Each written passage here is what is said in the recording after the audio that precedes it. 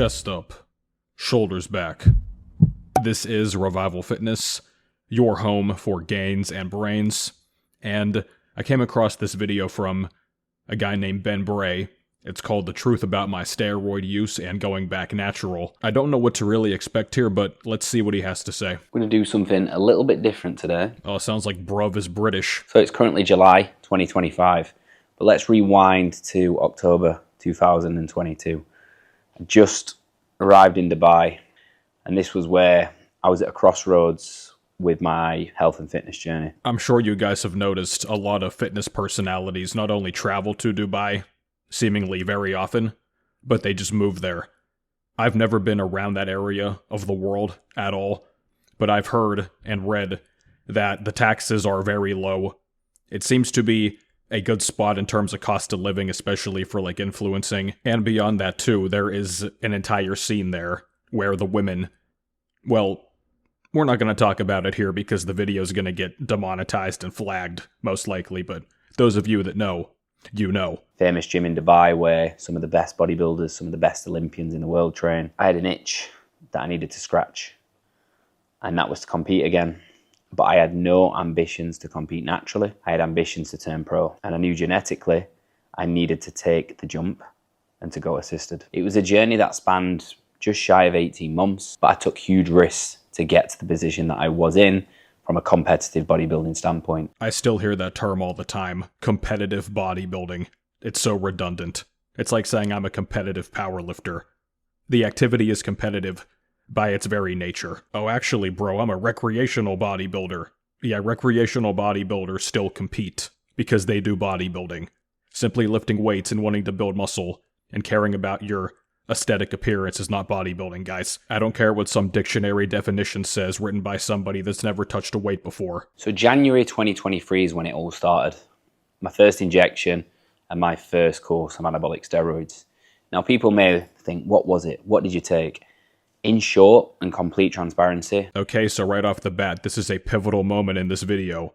Is he going to tell us what he actually took? Or at least get kind of close to it? Or is he going to hit us with only TRT? As I have discussed, and you guys have probably seen other people talk about too, it's so common now for these guys to claim only TRT, because you can admit to taking stuff and then heavily downplay it. It's like, oh, well, I don't take that much, bro. It's just the next level of being a fake natural. It was just testosterone. Okay, that's not only TRT, but alright, we'll let him finish. And it was dosed at TRT. Oh, god damn it, bro, really? Okay, I don't want to call the guy a complete liar 1 minute into his video, but this is not off to a convincing start in my estimation. I mean, he said he wanted to turn pro, and then says only TRT. It doesn't work that way. Everybody's definition of TRT is different. In my case, it was 150 milligrams. Okay, the results are going to vary per person, of course, but 150 milligrams per week. You're not going to get any serious physique changes drastically, especially in a bodybuilding context, on that amount. There are plenty of guys that do actual TRT that discuss this. They're not bodybuilders or influencers, they're just general guys. Those are the people that are being completely honest about what they take and the results. All these bodybuilders running around saying only TRT, it's just not true. Maybe they're only on TRT after they've taken plenty more for a while. Then they go down to that amount for a bit. And the reason for this is because when I got my bloods done, I was already in the high ranges. So naturally, I was already placed at around 26 nanomole. So for me, that's a risk. Okay, so he said nanomole. I believe that is per liter. Converted to freedom units, that's nanograms per deciliter. That comes out to about 750. So that is not remarkably high, but that is on, you could say, the higher end of the range. It's noticeably past the typical midpoint you're going to see now, which is about like 450 or so, depending on the source. Some might be even lower than that. But on that note, whether you are natural or enhanced, whether you're honest about it or not, or somewhere in between, the only way to test these things for sure is to get your blood work done. And of course, as guys, the blood work metric that we always obsess over is testosterone. But testosterone itself, especially total testosterone, is not the only number we should care about. And it's only one piece of the entire hormonal puzzle. But thankfully, You don't need a doctor's appointment to learn more about your health anymore. If you've ever wondered where your testosterone levels stand, or if you want a full picture of your health with blood work and other lab tests, my sponsor, LabCorp On Demand, offers over 80 tests that you can choose from, and the process is very easy. Go to trylco.com/revival and use code REVIVAL to purchase your desired tests. Make an appointment or walk into one of LabCorp's 2,000 plus patient service centers across the United States for your sample collection. I have used LabCorp myself. The entire process is very seamless. You're in and out within about 10 to 15 minutes. The nurses and staff take good care of you. It's something you could easily do during your lunch break at work. The last time I went, my total testosterone was just over 1,000. And I think the next time that I go, I need to get the comprehensive testosterone test.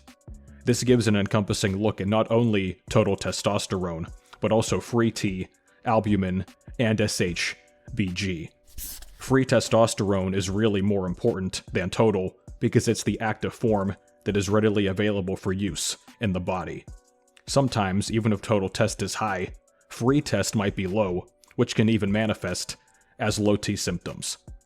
Albumin is the body's most abundant blood circulating protein that carries testosterone, among other hormones, and notably lower high levels of albumin can indicate liver, kidney, or thyroid issues, especially pay attention to that if you've been on steroids for a while. And SHBG stands for sex hormone binding globulin. This is a protein produced mainly in the liver, and if SHBG is notably high, more testosterone will bind to it, resulting in less free T available in the body. When you take your test, your sample will be collected using the same methods as the doctor's office. There's no need to prick your own finger. Testing is performed at LabCorp's CAP-accredited, CLIA-certified clinical laboratories that typically process over 3 million samples every week. You can even skip the waiting room and wait outside or in your car until the lab technician is ready to see you. You will be notified of this via text message. You'll be notified by email when your results are ready to view, often as early as the next day. You'll be able to clearly see your results in your confidential LabCorp On Demand patient account online. If any results require prompt attention, you will be contacted by phone or email to discuss the best steps going forward. So stop playing the guessing game. Get the insights you need to live the life that you want. Go to trylco.com/revival and use code REVIVAL to get 20% off your lab test today. So the reason we opted for 150 milligram of testosterone is because I was on the higher end of the natural ranges. So the goal was just to move me 10 to 15 nanomole higher into a physiological range. This then leaves more wiggle room to move me up in terms of dosages, as well as moving me into a super physiological range. I was able to stay on 150 milligram of testosterone for 11 weeks. And in that time frame, I went from weighing 78 kilogram upwards to 85 kg. All right, so in about 3 months, he says he gained 7 kilograms. That comes out to 15.5 pounds. These are the photos he uses to compare them. These are not the same picture at all. One on the right, he's flexing much closer to the camera. Looks like he's higher body fat, which is to be expected gaining that weight. It's not all muscle. It's mostly water, more than anything else, by default. Even on that small dose, that's just how it goes.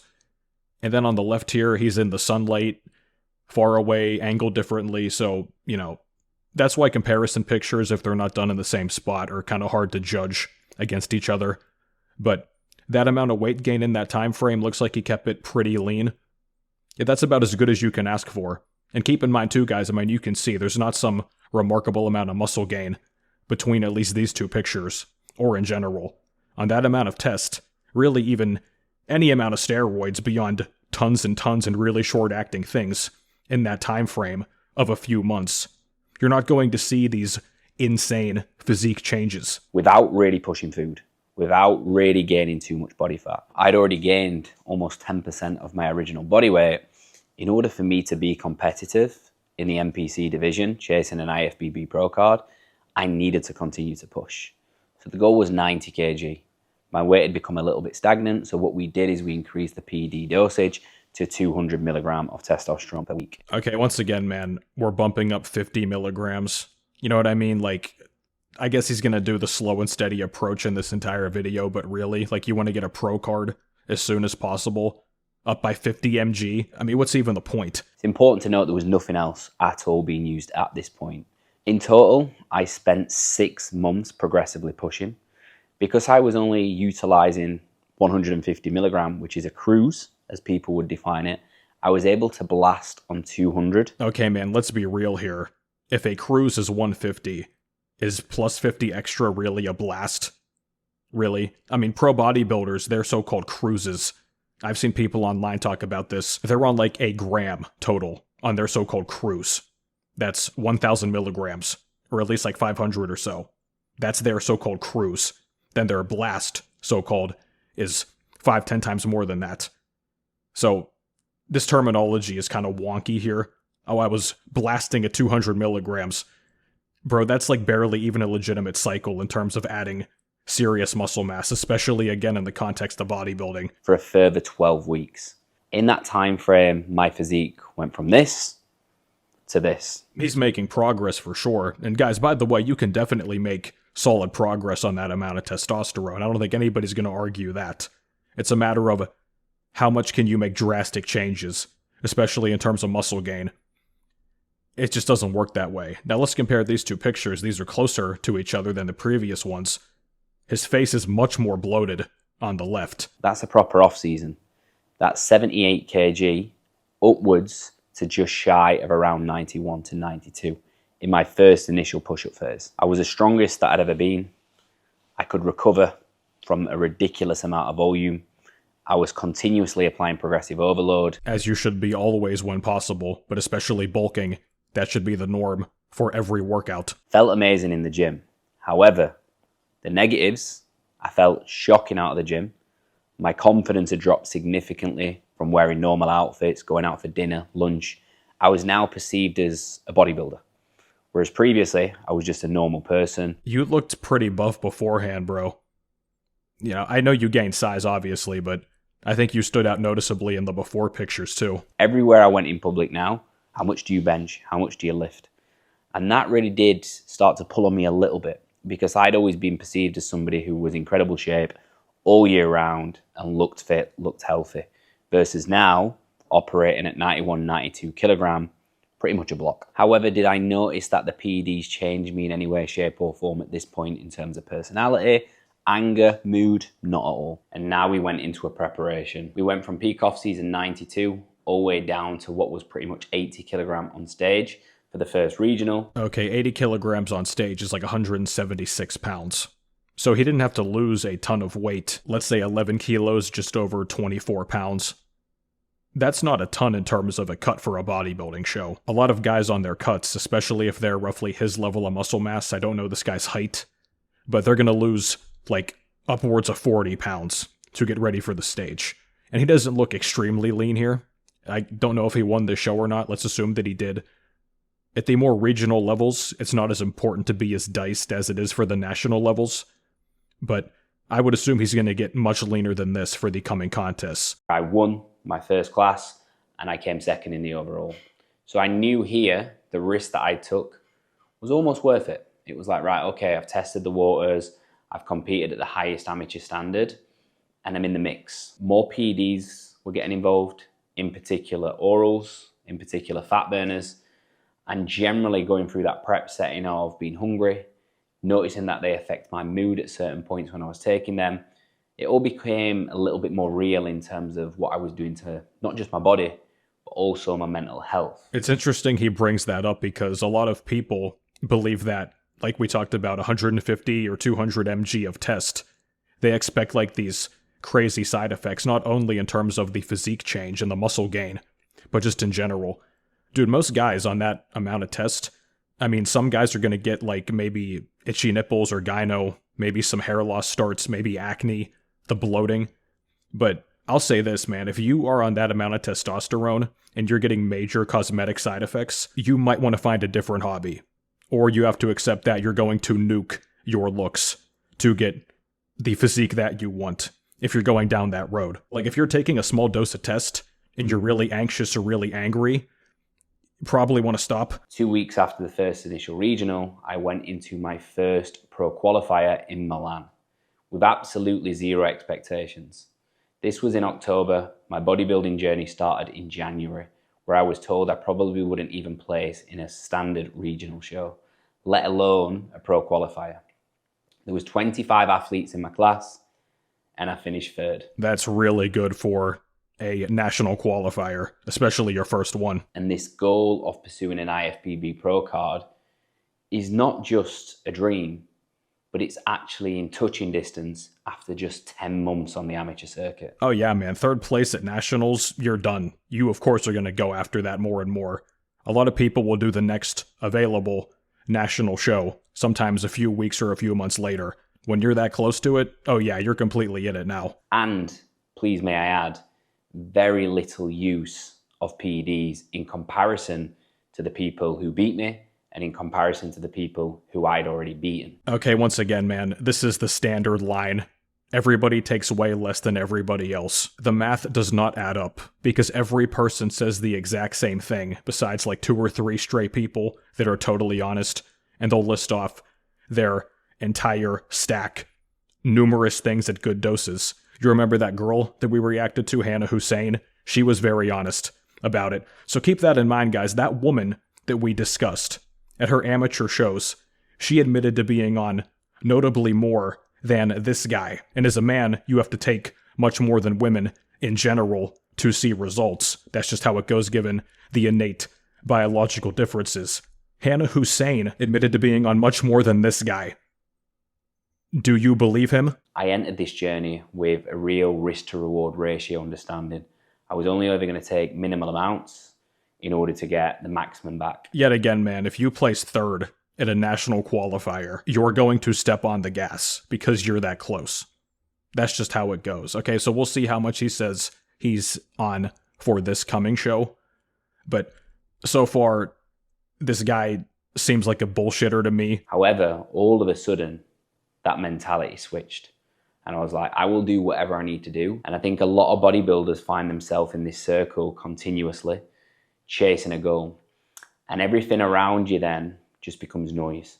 All you do is wake up and you think about being a pro. Well, yeah, if you want to go seriously into bodybuilding, you have to have tunnel vision and be kind of like a hermit. And I went from being just a normal average bodybuilder to somebody after Milan who was a man possessed on a complete mission to just achieve greatness. Now, it's important to know after Milan, I ran a very extensive health phase. I pulled everything out completely and went on to TRT. When I say everything, I want full transparency on this channel. I was using testosterone and I was using a DHT, right? So primobolan or mastron. I was also using fat burners, also known as lipolytics, in the form of clenbuterol, and just generally some orals, Anavar. So that was pretty much all I used in that first setting. Dosages aren't really relevant. Okay, full transparency, but you won't tell us the dosages. I mean, at this point, dude, if you want to stick to the I did way less than everybody else really conservative thing, just make up low numbers. Do it like a lot of these guys do. Oh, I took only 5 mg Anavar, bro, which is what the women take at the low levels. Only 5 mg Anavar, bro. 200 test, bro. So the health phase spanned 12 weeks, pretty much from October through to November and December. And then we entered what was January 2024. Here, I went into another off-season. This off-season spanned only 12 weeks. This is something for even most enhanced lifters, but especially naturals. A 12-week, well, in his case, off-season, but it's really a bulk. You're not going to accomplish a whole lot in only 12 weeks in terms of building serious muscle mass. But if you're at the point, like he is, you're on the cusp of a pro card. The off-seasons oftentimes get very, very short because they're just always preparing for the soon-to-be show. For most of you watching, your so-called off-season, which is your bulk, 12 weeks, think in terms more of 12 months, 18 months, 24 months. We're talking years here, guys, not weeks. It was an in and out off-season. We built a significant amount of muscle tissue. And again, from October all the way through to the end of March, I went from weighing 80 kilogram on stage and I added 20 kilogram. Peak off season, I was sat at 100. I ate a lot of food and I was willing to do what it needed to be done from a PED standpoint to come back down in this next preparation setting and be in the mix for a pro card. I wasn't really communicating or spending time with friends or doing anything outside of bodybuilding, and I'd lost almost everything around me other than the journey to become pro. And that for me hit home. And when I entered that second prep, I already knew it would be my final prep ever as a bodybuilder. This is something a lot of bodybuilders will go through, kind of the realization that they've become the hermit, which, like I said, you really have to be very good at bodybuilding. It depends on, I guess, one, how much you love it, because some people, they don't care. I think Dorian Yates talked about he lived like a monk for his entire career. Other ones too. I mean, in general, most bodybuilders are not extremely like social people. They're not going out all the time. And when it comes to preparing for a show too, you can't be doing that. It's incompatible. You need to be in control, of what you're eating, not drinking alcohol, not snacking. You still have to be in control of these things, even for the general recreational lifter, especially given the genetics a lot of you have. You cannot just be freelancing through life, especially with the food. You're never going to look how you want when it comes to that. I wish it was not the case, guys. I know you see guys online that eat McDonald's every day and they've got 6-packs. That's not you, okay?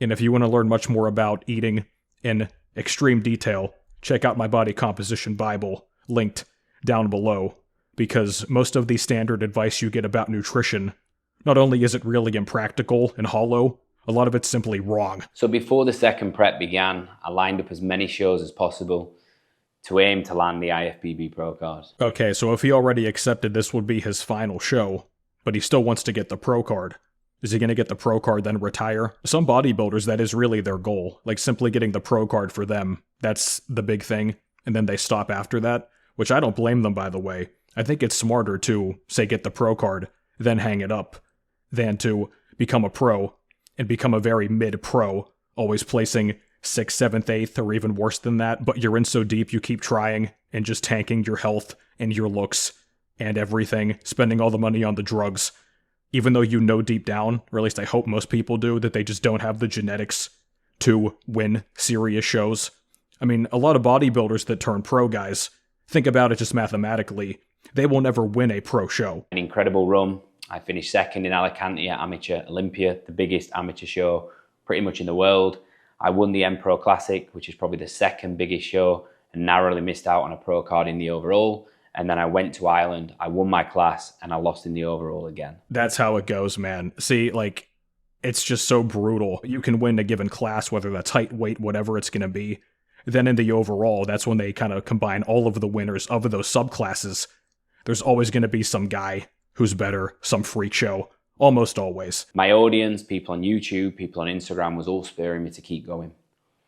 But really, after the first show in Spain, I knew it wasn't for me. I was watching athletes become so emotional to the result and so excited to get back into another prep for the next show. I would wake up with no energy, with no drive, and just think, I can't wait for today to be done. Yeah, that's how it goes oftentimes on prep when you're extremely lean. Make sure you check out my recent body fat video too, because most guys are way, way off in their estimates of body fat. But you get to legitimate like 10% or below, every day is a struggle. I had low food, high cardio, and I was running a lot of lipolytics and PEDs. So I left no stone unturned. I gave it my absolute all. I took risks that I needed to take. And it was now time, officially a year ago, to this day, where I needed to transition to being fully back natural. I got my bloods done 9 weeks after coming off, and I went cold turkey. I didn't use any PCT because I wanted to naturally restore to begin with, if that was possible. My first readings of testosterone back was 6 nanomole. 6 nanomole is 173 nanograms per deciliter. So he is below the reference range. So medically, he's got low testosterone. Felt like shit, had no desire to go to the gym, and my physique was disappearing right in front of my face. So for me, motivation to train had completely diminished. I needed to do something about it. And arguably, I could have done that before to prevent feeling so shit for so long. But I wanted to try and see if I could recover naturally. And the truth be told, I wasn't really recovering. Of course, given a few more months I may have, I still have some to this day. Second time using this meme, in quick succession too. I used here what is HCG, And I also used what is here pretty much HMG. I've never heard of HMG before. So these two here are more in line with your fertility as well as your FH and your LSH. So when you inject anabolics, both of these hormones shut completely down. Now, in order to get my testosterone and my hormones back into a good range, and this is a PCT supplement that you need to tread carefully with and be aware that this will make you feel like shit, I used what is Clomid. And as you can see, I still have some left to this day. To this day! You gotta stop saying that because I'm gonna play the meme every single time. So the full PCT cycle actually lasted what was 4 months. So after that period, I went from 6 nanomolar testosterone up to 22 nanomolar testosterone. That is 634 nanograms per deciliter, so he's now well into the range again. He's not terribly far off from what he was whenever he started. And every single health marker from my liver, from my blood count, was back in range as a functioning human, as someone who's very fit and healthy. So although those supplements post-cycle may cost quite a lot and they're hard to get prescribed, they are worth every single penny. But this is what you need to remember. A lot of people are willing to take the PEDs, but they're not willing to do the blood work frequently, and they're not willing to do their post-cycle therapy properly if they come off. That's the key there, and you'll hear a lot of users now say that there's no point of PCT because you should just blast and cruise all the time. Like if you're going to so-called come off, just go on a small dose of test and avoid all of this, which I think really makes more sense. Less drugs overall, far less expensive, less kind of flux for your body. The only problem there is you have to have a source all the time, which in the modern era, that doesn't seem that difficult, but you never know, right? This was probably the hardest 3 to 4 months of the whole journey because I was getting softer from a condition perspective. I was losing all the muscle, which to be honest, for me was amazing. My neck was getting thinner, the inflammation from my face was dropping off, I was looking younger. I did suffer from really bad acne across all of my back and all of my face. I was struggling getting out of bed. Training and weight training was just the worst thing in the world. That's probably the biggest thing that keeps people using beyond, you know, the look and the muscles and everything. And if you're competing, you're going to have to stay on it, right? If that's how you got there. But when you go to the gym, let's say you've added all this muscle and all this strength, then you come off everything or most things, and that goes back down. That's got to be mentally hard to deal with. So that makes you more likely to go back on or simply stay on. And beyond that too, more likely to just keep upping the doses because, you know, people always say no one on steroids can know how to train, bro. They get everything from the needle. That's utter bullshit. That is not true. That said, there are some people where their only real strategy for progress is to keep upping the dose. Take somebody that is knowledgeable about training and trains with good parameters and intensity and all of that. They could get much more results from a fraction of the gear that the dumb gym bro is taking. Now, of course, genetics affect this massively too, but assume they're kind of relatively similar genetically, that's going to be the case 9 out of 10 times. And then if you combine the good training knowledge and the genetics and the steroids, that's when you get somebody like Chris Bumstead. They're never going to be beat. And this was a big element of one reason why I transitioned out of bodybuilding, because I lost my whole self-confidence. I still don't look at weights the same. I still don't go into the gym. I don't look at the barbell with the same level of aggression. I will always keep my weights as a staple, but because I have no desire to step on stage or actually develop my physique, I'm just very happy with how I look. Yeah, I may do a photo shoot in the near future, and I may push extremes with physique development, but I'm never going to go into a big off-season. My goals now are more performance-based. This is a big mental disconnect in a lot of the people that make this type of content versus the people that watch it. You watch people like Sam Sulek, just for example, that push it to the extreme. He is doing bodybuilding. Even other people that don't do bodybuilding, right, they still push it very far. They want to get every single ounce of muscle possible, oftentimes get as lean as possible when they cut too. Most of you do not want that. You may think that you do, but one, you're going to realize if you try, you don't actually, and two, even if you do want it, genetically, you're probably going to be not as close or sometimes very far off from what you think that you were going to be able to do, or at least what you've been told you're going to be able to do. I feel finally I'm back to my normal self. I'm confident again. I love how I look. of this current period now, I'm the fittest that I've ever been. My heart rate when I was a bodybuilder was 73 beats per minute. It's now 43 beats per minute. I actually prefer how I look naturally. So if you're watching this video and you're weighing it up, are PEDs for me? Do I need to take them? If you absolutely love bodybuilding, if you want to turn pro and you want to be relentless, and that's what you want to do day in, day out, then that's a conversation you need to have with yourself and follow the correct protocols. And it's not a quick conversation. It's what you need to do and sit down with the people close to you, who you love and who love you, because it's a huge decision. Well, that's not going to happen for 99% of people. One, because they decide to go on pretty quickly. They learn about it. They say, oh, I take this and I can look like this. And they decide to do it. It's that fast. I'm not saying you should do that, but that's what a lot of people do. And beyond that, too, he said, talk to the people close to you. Almost everybody is hiding this from the people close to them. So, of course, they cannot talk to those people about it either. So I get what he's saying here, but in terms of practicality, it doesn't work that way. Now, that said, if you do want to go on stuff, you should be doing your own, research. That's not really the right word because you're not actually in a lab studying the stuff directly, but your own review, like read things on your own, gather information. Don't just go in blind like so many people do, as Miss Hannah talked about in her video. You can check out my reaction to that in the top corner too. She is incredibly transparent in her video. It was so refreshing. But that's what most people do. They simply go to the gym. Nowadays, I think a lot of these kids, they learn about the stuff online, and they're ordering stuff and getting on stuff before they even go to the gym. But even back in the day before the internet, a lot of people, their first day in the gym, or even sooner, their brother was a lifter, their friend, someone they knew.